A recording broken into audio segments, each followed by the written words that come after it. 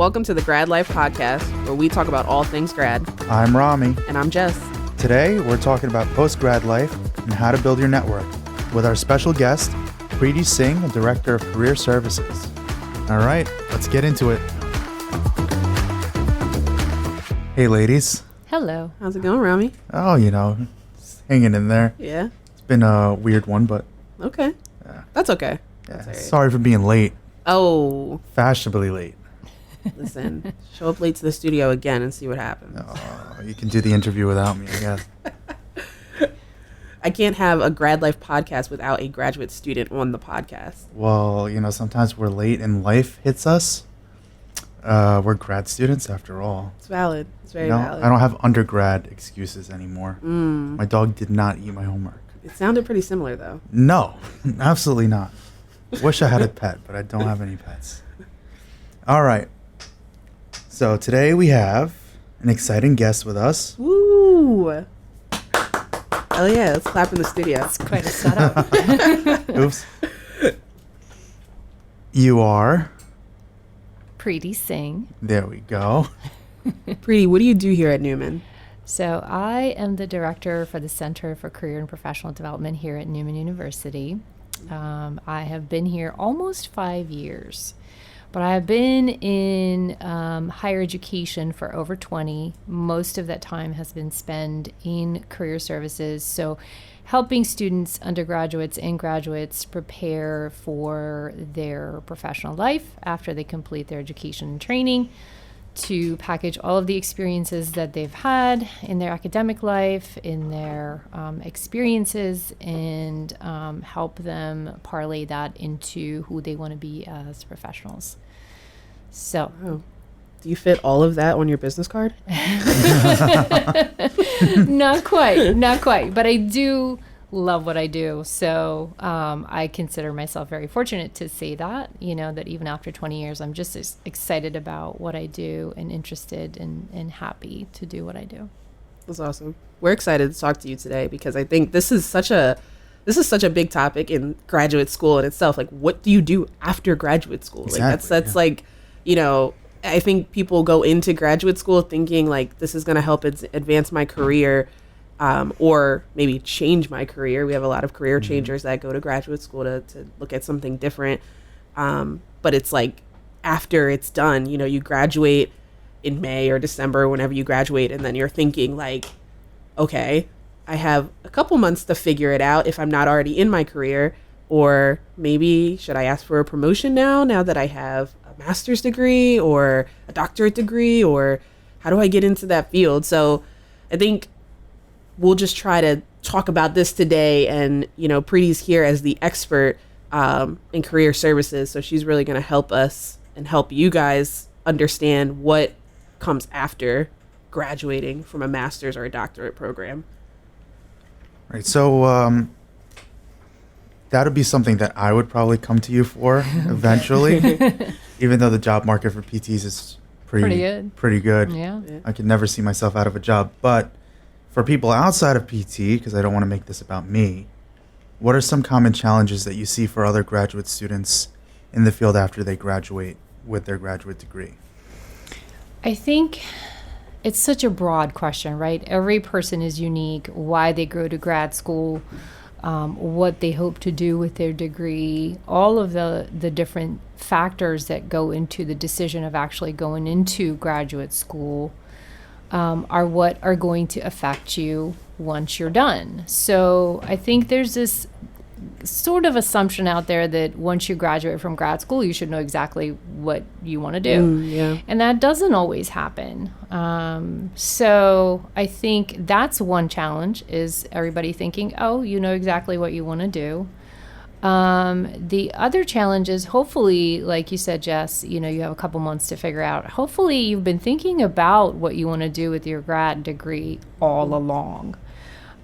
So hopefully, so one of the challenges is this idea that once I'm done, I'll figure out what I want to do. Try to think about that as you're going through that program. Think about what you're really enjoying, or is a course leading you in a different direction? Did you meet a professor that's kind of change your whole perception about what you wanted to do? Or did something happen if you're working in your field, you realize that you want to go in a different direction, or you want to do something different?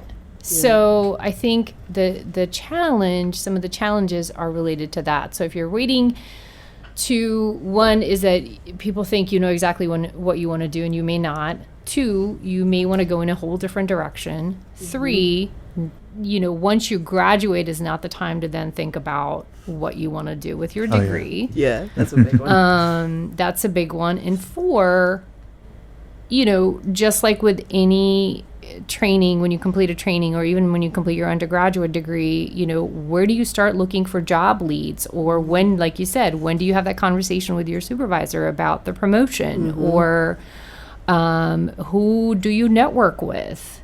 Yeah. Do you have people that you can talk to about possible job leads, or, just the typical job search challenges that everybody faces? And what are, I know that sometimes students, you say okay, what are the typical job leads that you would normally do? It's so broad now. You have LinkedIn, you have Indeed, you have your professor as a resource. There's so many different avenues that you can go.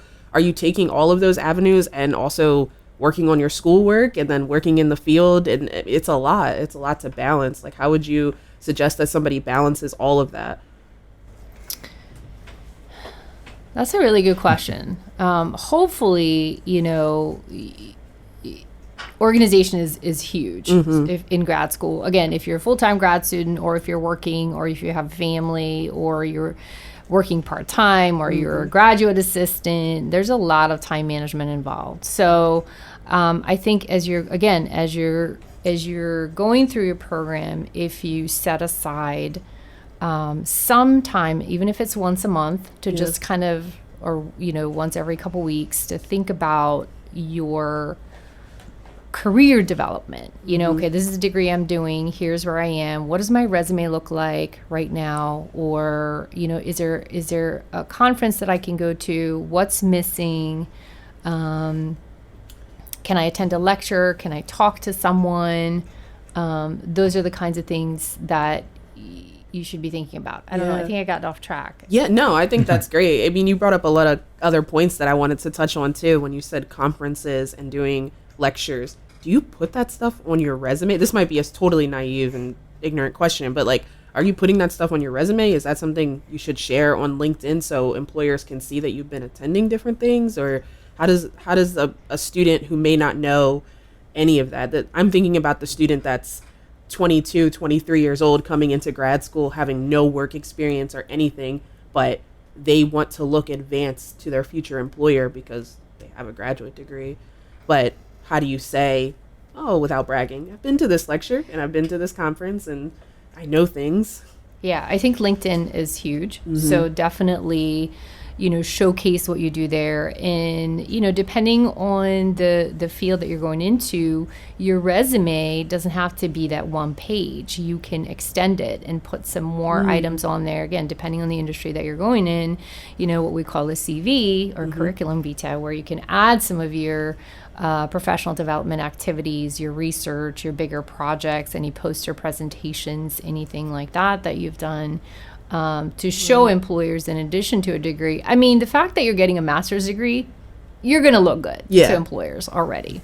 So, be confident in that. Even if you haven't figured out exactly what you want to do, your master's degree is really going to give you a boost in a lot of different ways. But then, you have to show how passionate you are about that subject area or that field or what you want to do. So you have to think about, in addition to going to classes and doing your homework and doing your projects, what else can I do? Where else can I open doors, or what else can I learn? And that's where the professional development activities or professional associations even come in. And just as a side note, a lot of times as grad students, your membership to professional associations are cheaper than a professional level membership. Oh, it's like half. You already know that, right? Yeah. So definitely think about, if you're in the counseling program, the American Counseling Association, for example, HR Association if you're in business. What are the organizations that I can join now? as a student, grad student, even if I'm going there to read an article once in a while, or just browsing job opportunities to see what kind of jobs people are doing, or who are like the key trendsetters in my field, all that becomes very important. I mean, that's important at the undergraduate level, but it becomes really important at the graduate level to kind of have the big picture in mind also. Essentially be like really well-rounded and not be laser focused on just trying to get to your career. You should show that you're able to do a lot more than just what you're focusing on as a career choice. Right, exactly. Yeah, it's always like, in my head, years ago, it was kind of frowned upon if you had a resume that lasted more than a page. And now, like, you know, concise. but you're right with the CV. Like, you can have like certain things that just point out what they want to see, what the employer wants to see. Exactly. They don't want to see your job that you worked at Burger King in high school, right? It's not that relevant, no. Side note to myself. No, I'm just kidding. I once wrote down my old email on my when I was applying to undergrad. Rami Raspberries. Oh. And my my assistant principal, who happened to be like really nice and like part of National Honor Society, so we were always like busting each other's chops. She said, "Make it." He said, Rami. Oh, I'm sorry. No, he that's said fine. he said make it Rami strawberries. Right? He embarrassed me. Yeah, he embarrassed me in front of the whole class in the auditorium, so everybody broke out laughing. So I ended up changing it to my actual full name. So that wasn't nice of him. No, but it was funny at the time, so I don't blame him.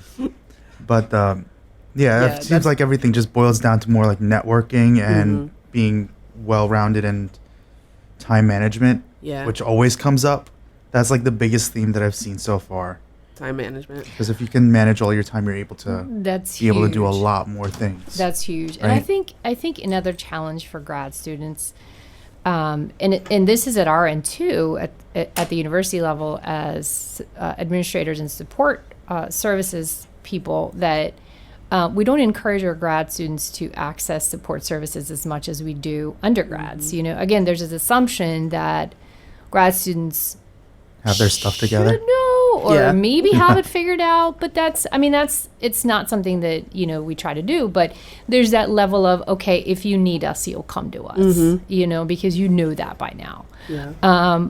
But I think it's important to say to graduate students that there is support out there at whatever school they're doing their program in. Definitely. You know, the career services, writing centers, counseling centers are all there to support them. And we know that grad students have unique challenges. Some are similar. If you're a traditional graduate student, there are similar challenges to undergrads, but then there's some unique challenges, you know.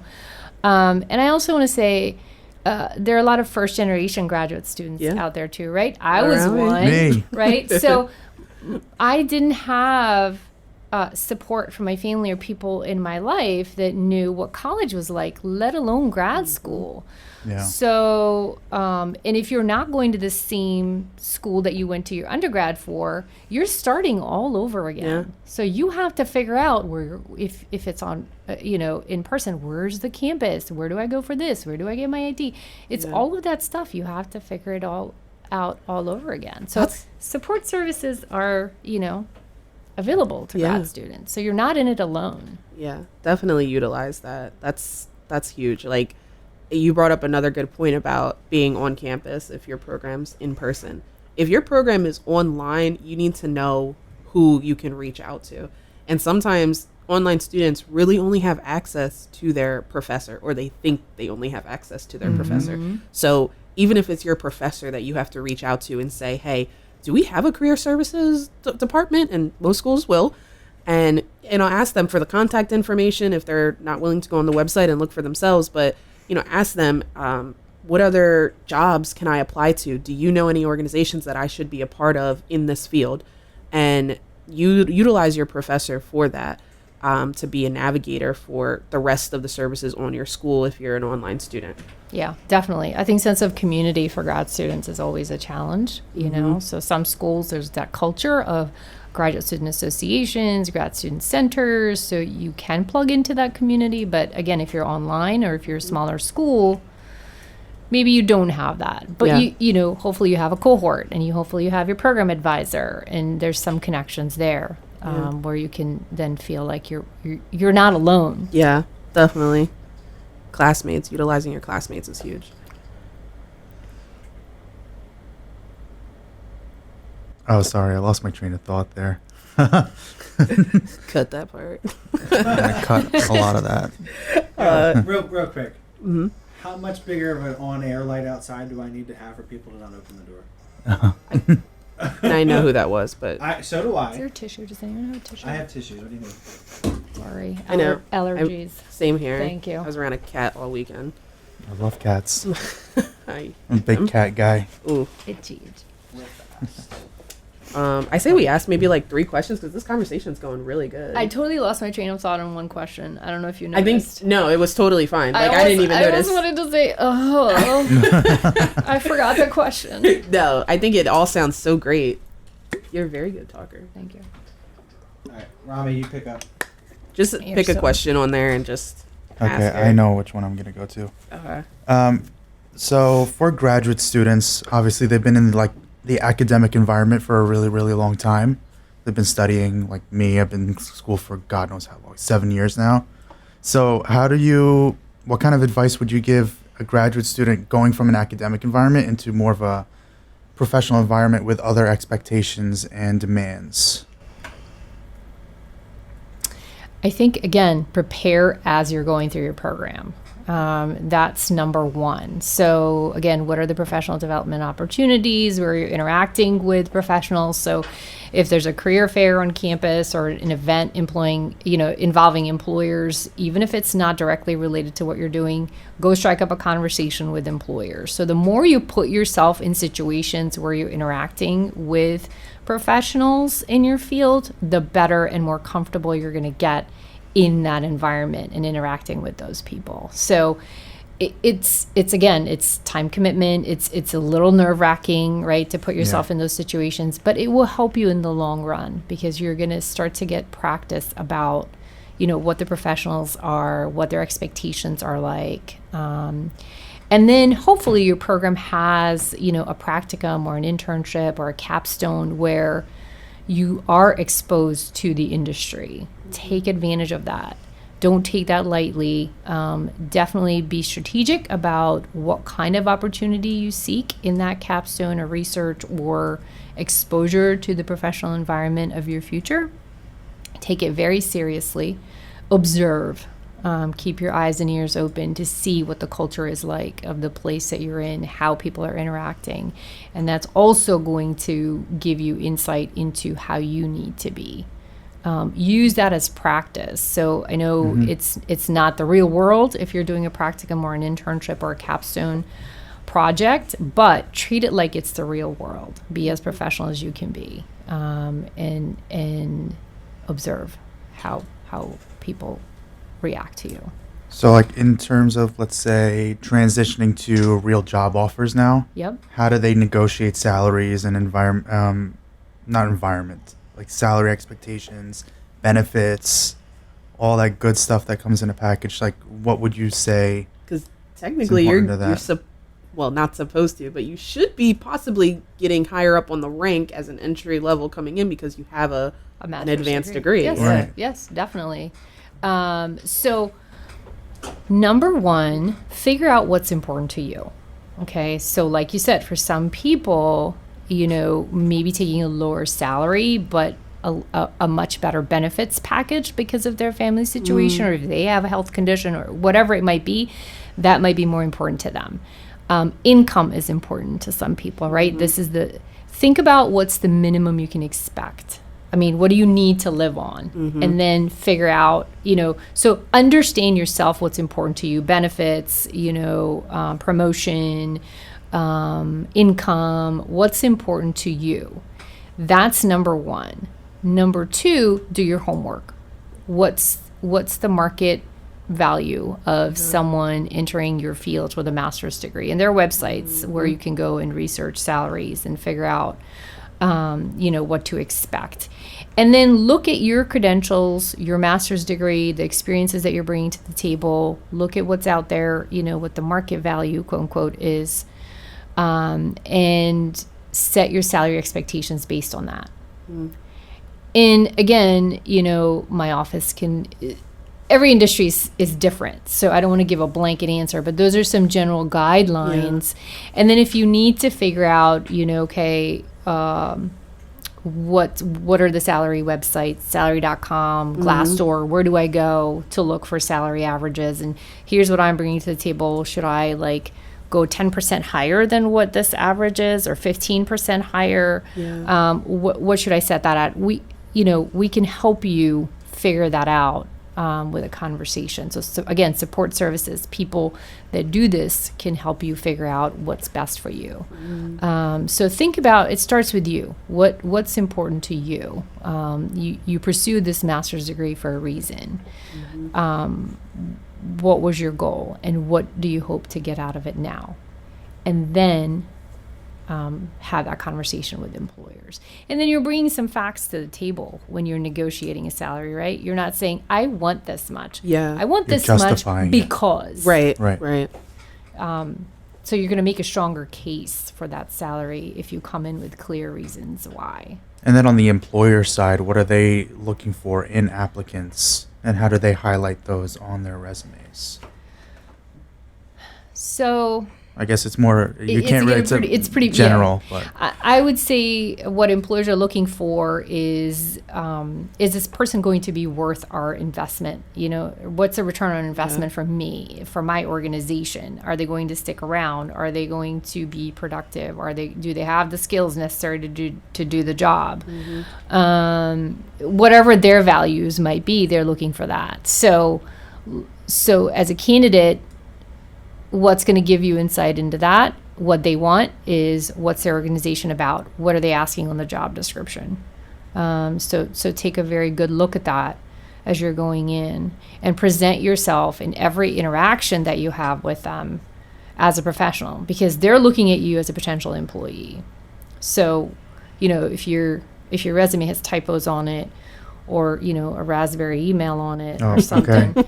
Okay. Doesn't happen anymore, I promise. Those are the things that they look for.